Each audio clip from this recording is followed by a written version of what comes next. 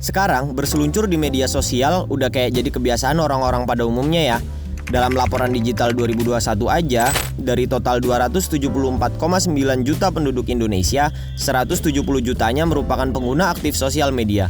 Dan dalam laporan tersebut, Indonesia termasuk dalam 10 besar negara yang kecanduan media sosial loh, yakni peringkat 9 dari total 47 negara yang disurvei. Dan selama di sosial media, kita kan pasti sering tuh lihat berbagai macam konten, entah itu hiburan, politik, ekonomi, agama, dan lainnya. Dan yang perlu kita tahu, sistem sosial media ini benar-benar ngubah cara main media massa di tengah masyarakat. Dan hal ini yang akan kita bahas dalam video kali ini. Dulu, masyarakat umum hanya bisa mendapatkan informasi hanya melalui televisi atau koran. Hal ini bikin berita yang tersebar itu jadi lebih kekontrol dan kelihatan. Karena masyarakat secara umum cuma dapat informasi ya dari dua sumber tadi. Wartawan yang membuat berita pun harus punya wawasan jurnalistik yang mumpuni, biar berita yang dihasilin juga bisa memenuhi standar tertentu. Tapi hal ini terpatahkan dengan adanya sosial media. Siapapun sekarang bisa menulis, merekam, dan memberitakan kejadian apapun ke khalayak umum. Mereka nggak butuh pengetahuan yang mumpuni untuk itu, cukup dengan komentar pribadinya saja atas kejadian tersebut. Hal ini jelas punya dampak yang sangat besar. Sumber berita tidak menjadi satu pintu lagi melalui media yang sudah besar dan mainstream, tapi menjadi carut-marut karena semua orang bisa jadi wartawan. Hal ini menyebabkan ketidakmampuan siapapun dalam mengontrol berita. Berita tumbuh seperti akar pohon yang menyebar luas tak terkendali, membuat kita menemukan banyak hal negatif di dalamnya. Dampak negatif yang pertama, kayak yang biasa kita tahu, itu adalah hoaks. Ketiadaan kemampuan mengontrol pertumbuhan berita itu membuat biasnya orang dari berita asli ataupun hoaks. Ditambah lagi, sekarang orientasi berita sudah banyak berubah, dari yang murni untuk menginfokan menjadi untuk mencari laba atau keuntungan. Inilah kenapa banyak media mainstream sekarang suka sekali memberitakan hal-hal yang sebenarnya sangat tidak penting. Bukan hanya bisa buat pengalihan isu ya, tapi juga bisa untuk cari uang.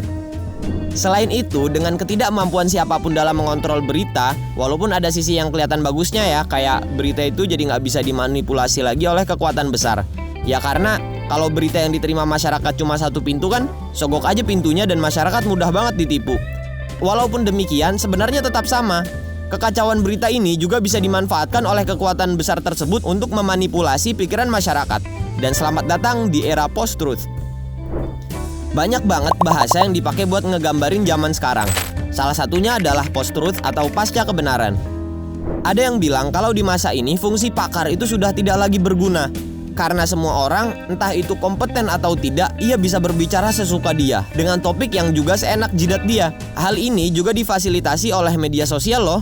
Cukup dengan membaca beberapa artikel soal suatu hal, entah dari media yang terjamin keaslian beritanya ataupun tidak, semua orang bisa berbicara layaknya pakar. Hal ini juga membuat standar kebenaran suatu berita itu bukan lagi keaslian beritanya, tapi kesesuaian dengan perasaan kita. Gambarannya gini deh. Kita berkaca saja pada pemilu presiden 2019 yang memanas kemarin. Semua berita soal kedua capres, entah itu benar ataupun hoaks, menyebar tanpa kontrol. Dan standar kebenaran berita tersebut pun sudah terserah mood kita. Kalau kita merasa itu benar, ya benar dan kita share. Akibatnya apa? Kita malah dibikin pusing sendiri dan ruwet karena hal itu. Dan juga jadi banyak orang yang berbicara melampaui kecakapannya sendiri. Entah dia pernah belajar soal politik ataupun tidak, dia berbicara layaknya pakar yang menceritakan negara yang sedang berada di ujung tanduk. Di tengah situasi seperti ini, kita lagi-lagi harus pandai meragukan kebenaran berita. Entah itu sudah banyak yang menceritakannya ataupun belum. Sekalipun kabar akan suatu hal tersebut benar, kita tetap harus pandai memilih berita. Contoh saja soal ACT yang kemarin viral. Sekalipun tindakannya tidak dapat dibenarkan, masih banyak berita-berita yang beredar di media sosial yang tak jelas kebenarannya. Apalagi kan di situ nggak ada kop berita dari label apa berita itu diterbitkan. Yang minimal bisa jadi pertanggungjawaban kan beritanya asli atau enggak. Hanya karena berita tersebut sesuai dengan emosi kita, tidak berarti kita bisa langsung membenarkan berita tersebut, apalagi sampai men-share-nya. Akhirnya, kita bisa melihat bahwa internet selain banyak membawa hal positif, banyak pula hal negatif yang dibawanya. Dalam kondisi seperti ini, kita harus lebih cermat dalam berpikir, menyaring berita, dan berbicara.